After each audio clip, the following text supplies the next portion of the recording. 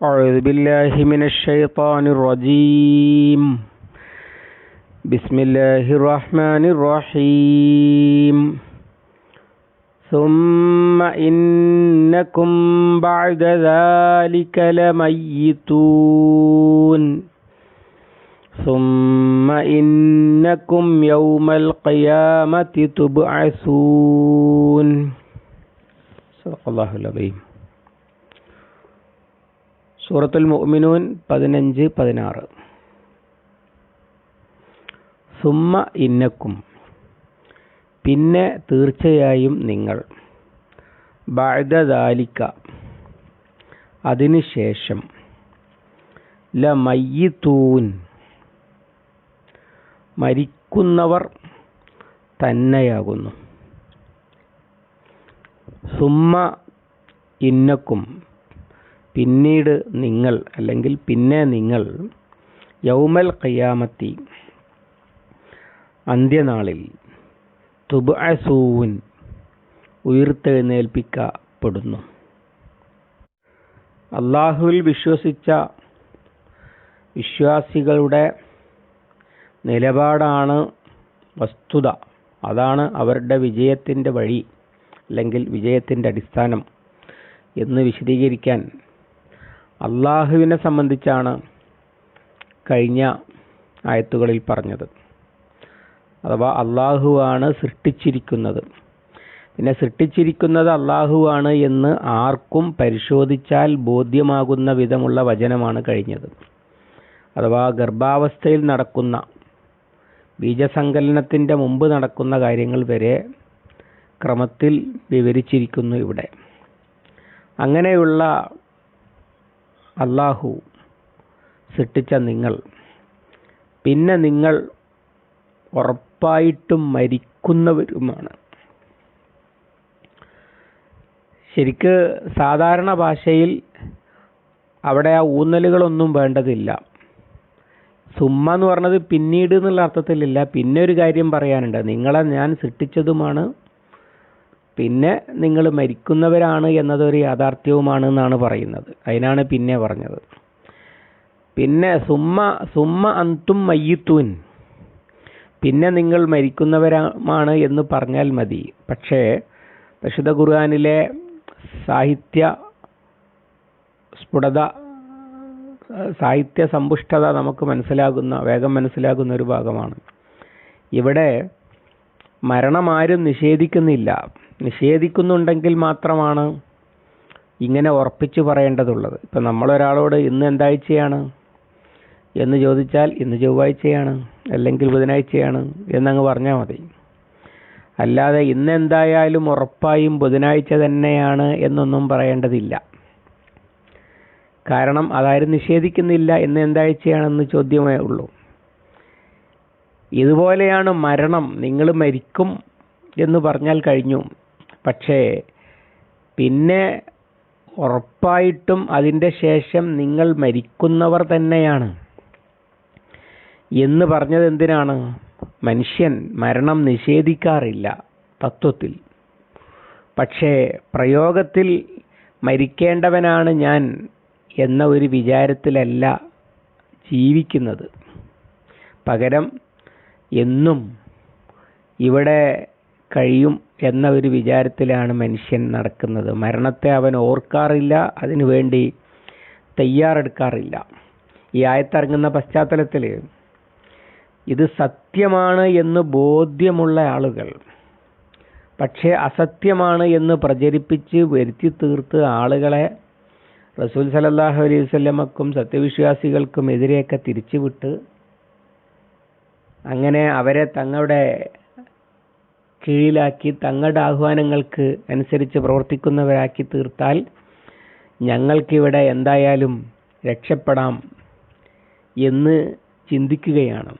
അല്ല, പടച്ചവൻ്റെ അടുത്ത് ചെല്ലുമ്പോൾ ഞങ്ങളുടെ സ്ഥിതി എന്താകും? അതവർ ഓർക്കുന്നില്ല. മറ്റൊരു സ്ഥലത്തും അള്ളാഹു ഇത് പറഞ്ഞത് കാണാൻ കഴിയും. ഇന്നക മയ്യിത്തുൻ വ ഇന്നഹും മയ്യിത്തൂൻ.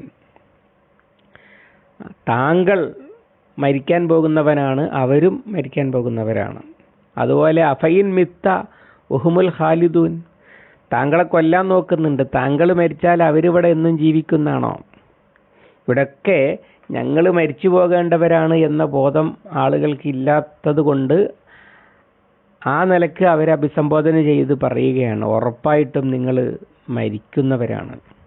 മയ്യിത്തു എന്ന് പറഞ്ഞാൽ, മയ്യിത്ത് നമ്മൾ സാധാരണ പറയുക ശവത്തിനാണ്. അതിന് യഥാർത്ഥ വാക്ക് മയ്യിത്തത്താണ്. മയ്യിത്ത് എന്നുള്ള വാക്കുകൊണ്ട് ഉദ്ദേശിക്കുന്നത് ജീവിച്ചിരിക്കുന്ന ആളാണ്, കുറച്ച് കഴിഞ്ഞാൽ അയാൾ മരിക്കും. മരിക്കുക എന്ന സ്വഭാവമുള്ള അല്ലെങ്കിൽ അവസ്ഥയുള്ളവനാണ് ഉള്ളവരാണ് എന്നാണ് പറഞ്ഞതിൻ്റെ അർത്ഥം. എഴുത്തിബാറുമായി യക്കൂനു, പിന്നീട് ആകുന്നത് വെച്ച് പറയുക. നമ്മൾ അപ്പം ചുട്ടു എന്ന് പറയും. അപ്പമല്ലല്ലോ ചുടുന്നത്, ചുട്ടത് മാവാണ്, എന്നിട്ട് അപ്പമായി തീർന്നതാണ് എന്നതുപോലെയാണിത്. മയ്യിത്താണെന്ന് പറഞ്ഞാൽ ബഅദദാലിക്കലെ മയ്യിത്തൂൻ, അവർ മരിക്കുന്ന മയ്യിത്തുകളാണെന്ന് പറഞ്ഞാൽ മയ്യിത്താകാനുള്ളവരാണ് എന്നാണ് ഉദ്ദേശ്യം. പിന്നീടാകുന്നത് വെച്ച് പറയുന്നതാണ്. കുട്ടി വലുതായി എന്ന് പറയും. വലുതാവുമ്പോൾ കുട്ടിയല്ല, വലിയ ആളാണ്, പക്ഷെ പറയൽ കുട്ടി വലുതായി എന്നാണ്. അങ്ങനെ ഉറപ്പായിട്ടും നിങ്ങൾ മരിക്കുമെന്നതൊരു യാഥാർത്ഥ്യമാണ്. അതാരും നിഷേധിക്കാത്ത യാഥാർത്ഥ്യമാണ്. എന്നിട്ടും അത് ഓർക്കാതെ നടക്കുന്നത് കൊണ്ട് ഉറപ്പിച്ചു പറഞ്ഞു. സുമ്മ ഇന്നക്കും യൗമൽ ഖിയാമത്തി തുബ്അസൂൻ. പിന്നെ ഒരു യാഥാർത്ഥ്യമുണ്ട്. അതെന്താണ്? ഇന്നക്കും, നിശ്ചയം നിങ്ങൾ, യൗമൽ ഖിയാമത്തി, അന്ത്യനാളിൽ, തുബ്അസൂൻ, ഉയർത്തെഴുന്നേൽപ്പിക്കപ്പെടുന്നവരാണ്. അത് അത്ര ഊന്നലില്ലാതെയാണ് പറഞ്ഞത്. കാരണം എന്താണ്? മറ്റത് വസ്തുതയാണെങ്കിൽ ഇതതിൻ്റെ സ്വാഭാവികതയാണ് എന്ന് സൂചന. അത് നിഷേധിക്കുന്ന കാര്യമാണ് യൗമുൽ ബഅസ് എന്ന് പറയുന്നത്. അഥവാ അല്ലാഹു തആല ഉറപ്പിച്ചു പറയാണ്, നിങ്ങളെ ഉണ്ടാക്കിയിരിക്കുന്നത് ഞാനാണ്. വലഖദ് ഖലഖനൽ ഇൻസാന. അത് സൃഷ്ടിപ്പ് എങ്ങനെയാണ് നടത്തിയത് എന്നതിൻ്റെ സൂക്ഷ്മമായ കാര്യങ്ങൾ വരെ അറിയാം. അതറിയുന്നവനാണ് ഈ പറഞ്ഞിരിക്കുന്നത് എന്ന് കഴിഞ്ഞ ആയത്തിൽ നിന്ന് ബോധ്യമാകും. അത് ബോധ്യമായാൽ പിന്നെ പറയുന്നത് അംഗീകരിക്കുക അല്ലാതെ നിവൃത്തി ഉണ്ടാകില്ല. അഥവാ മരിക്കുന്നു ഉറപ്പാണ്. മരിച്ചിട്ട് എന്താണ് സംഭവിക്കുക? അത് ഉറപ്പിച്ച് പറയാണ്. മുകളിൽ ജനിച്ചതെങ്ങനെയാണ്, ഉണ്ടായതെങ്ങനെയാണെന്ന് പറയുന്ന അള്ളാഹു അവൻ പറഞ്ഞതാണ് എന്ന് ബോധ്യപ്പെടാൻ സഹായിക്കുന്ന ആയത്തിൻ്റെ ഉടനെ ചേർത്ത് പറയുകയാണ്, നിങ്ങൾക്ക് ബോധ്യപ്പെട്ട അള്ളാഹു ഇതാ പറയുന്നു, മരണാനന്തരം നിങ്ങൾ വീണ്ടും ജീവിപ്പിക്കപ്പെടും എന്ന്. അതാണ് തുബ്അസൂൻ. അതാണ് സാഹിത്യത്തിലൂടെയാണ് കാര്യങ്ങൾ വ്യക്തമാക്കുന്നത്, കേവലം പ്രസ്താവനയല്ല എന്നർത്ഥം. മരണാനന്തരം മനുഷ്യന് എന്താണ് സംഭവിക്കുന്നത്? ഇതിനെ സംബന്ധിച്ച് പറയാത്ത ഒരു വേദഗ്രന്ഥവുമില്ല.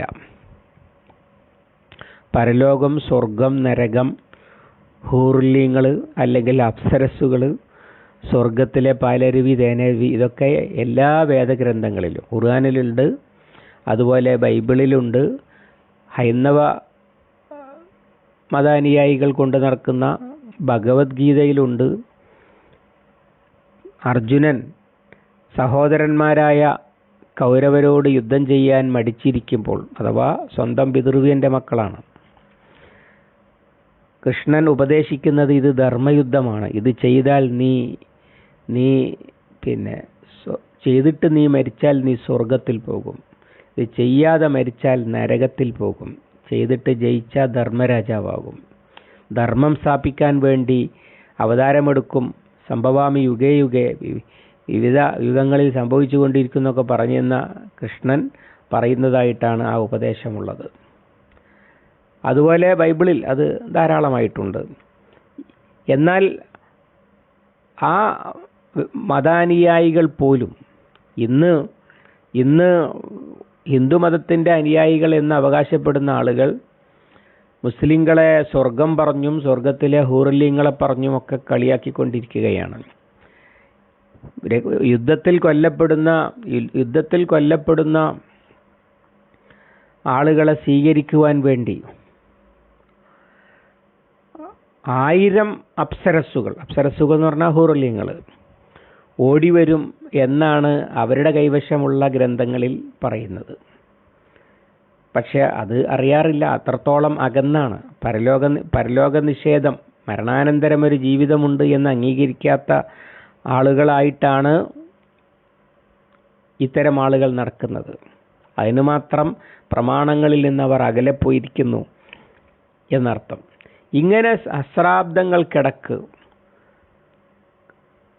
ജീവിച്ച ആളുകൾ പഠിപ്പിച്ചു കൊടുത്ത കാര്യങ്ങളിൽ അവർ തമ്മിൽ കാണാനോ ഗൂഢാലോചന നടത്താനോ ഉള്ള യാതൊരു സാധ്യതകളുമില്ലാത്ത അവസ്ഥയിൽ മരണാനന്തരം മനുഷ്യനൊരു ജീവിതമുണ്ട് എന്ന് മനുഷ്യനെ ഉണർത്തിയിട്ടും ഉത്ബോധിപ്പിച്ചിട്ടുമുള്ളത് കാണാൻ കഴിയും. പക്ഷെ എന്നിട്ടും മനുഷ്യൻ അത് നിഷേധിക്കുകയാണ്. വലിയ ചോദ്യങ്ങളൊക്കെ ചോദിക്കാറുണ്ടായിരുന്നു മക്ക മുശ്രിക്കുകൾ. നദർ ഇബ്നു ഹാരിസ് ഏതോ ശ്മശാനത്തിൽ നിന്ന് ഒരു ദ്രവിച്ച എല്ലുമായി വന്നിട്ട് റസൂൽ സല്ലല്ലാഹു അലൈഹി വസല്ലമയുടെ അടുത്ത് വന്ന് അങ്ങ് ഊതി പറപ്പിച്ചിട്ട് ചോദിക്കുകയാണ്, ഇത് വീണ്ടും മനുഷ്യനായി വരുന്നാണോ പറയുന്നത്? അങ്ങനെ ഒരുപാട് തവണ റസൂലുള്ളാഹിനെ പരിഹസിച്ചും ആശ്ചര്യപ്പെട്ടുമൊക്കെ അത് പറഞ്ഞത് ഖുർആൻ പലയിടത്ത് സൂചിപ്പിക്കുന്നുണ്ട്. ഖാല മൻ യുഹ്യിൽ ഇളാമ വഹിയ റമീം. ഇതൊക്കെ തുരുമ്പായി കഴിഞ്ഞിരിക്കെ ആര് ജീവിപ്പിക്കാനാണ്? അവിടെ അള്ളാഹു മറുപടി പറയുന്നുണ്ട് സൂറത്തു യാസീനിൽ, ഖുൽ യുഹ്യിഹല്ലദീ അൻശഅഹ അവ്വല മറ. ആദ്യത്തെ തവണ ആരാണോ അതിനെ ജീവിപ്പിച്ചത് അവൻ തന്നെ ജീവിപ്പിക്കും എന്നതുപോലെ ഇവിടെ ഉറപ്പിച്ചു പറയുകയാണ്, നിങ്ങൾ അന്ത്യനാളിൽ ഉയർത്തെഴുന്നേൽപ്പിക്കപ്പെടുന്നവർ തന്നെയാണ്. അതിലൊരു സംശയവും വേണ്ട. ജനിച്ചത് ഇങ്ങനെയാണെന്ന് പറയാൻ അറിയുമെങ്കിൽ മരിക്കൽ എങ്ങനെയാണെന്നും മരിച്ചതിന് ശേഷം എന്താണെന്നും പറയാൻ അറിയും എന്ന് മനസ്സിലാക്കുവാൻ വേണ്ടിയാണ് ഇവിടെ ഇത് പറഞ്ഞിരിക്കുന്നത്. അല്ലാഹു സുബ്ഹാനഹു വ തആല യൗമുൽ ഖിയാമത്തിൽ മനസമാധാനത്തോടുകൂടി അള്ളാഹുവിനെ കണ്ടുമുട്ടാൻ കഴിയുന്ന സത്യവിശ്വാസികളിൽ നമ്മെ ഉൾപ്പെടുത്തുമാറാവട്ടെ. അല്ലാഹുമ്മ അല്ലിംനാ മാ യൻഫഉനാ വൻഫഅനാ ബിമാ അല്ലംതനാ റബ്ബനാ സിദ്നാ ഇൽമൻ വഫഹ്മൻ വദിഖ്ഖത്തൻ വനദറാ. അല്ലാഹുമ്മ ജഅലിൽ ഖുർആന റബീഅ ഖുലൂബിനാ വനൂറ സുദൂരിനാ വജലാഅ ഹുസ്നിനാ വദഹാബ ഹമ്മിനാ വഗമ്മിനാ. റബ്ബനാ തഖബ്ബൽ മിന്നാ ഇന്നക അൻതസ് സമീഉൽ അലീം വതുബ് അലൈനാ ഇന്നക അൻതത് തവ്വാബുർ റഹീം വഗ്ഫിർ ലനാ യാ ഗാഫിറൽ മുദ്നിബീൻ. വസല്ലല്ലാഹു അലാ മുഹമ്മദിൻ വഅലാ ആലിഹി വസഹബിഹി വസല്ലം.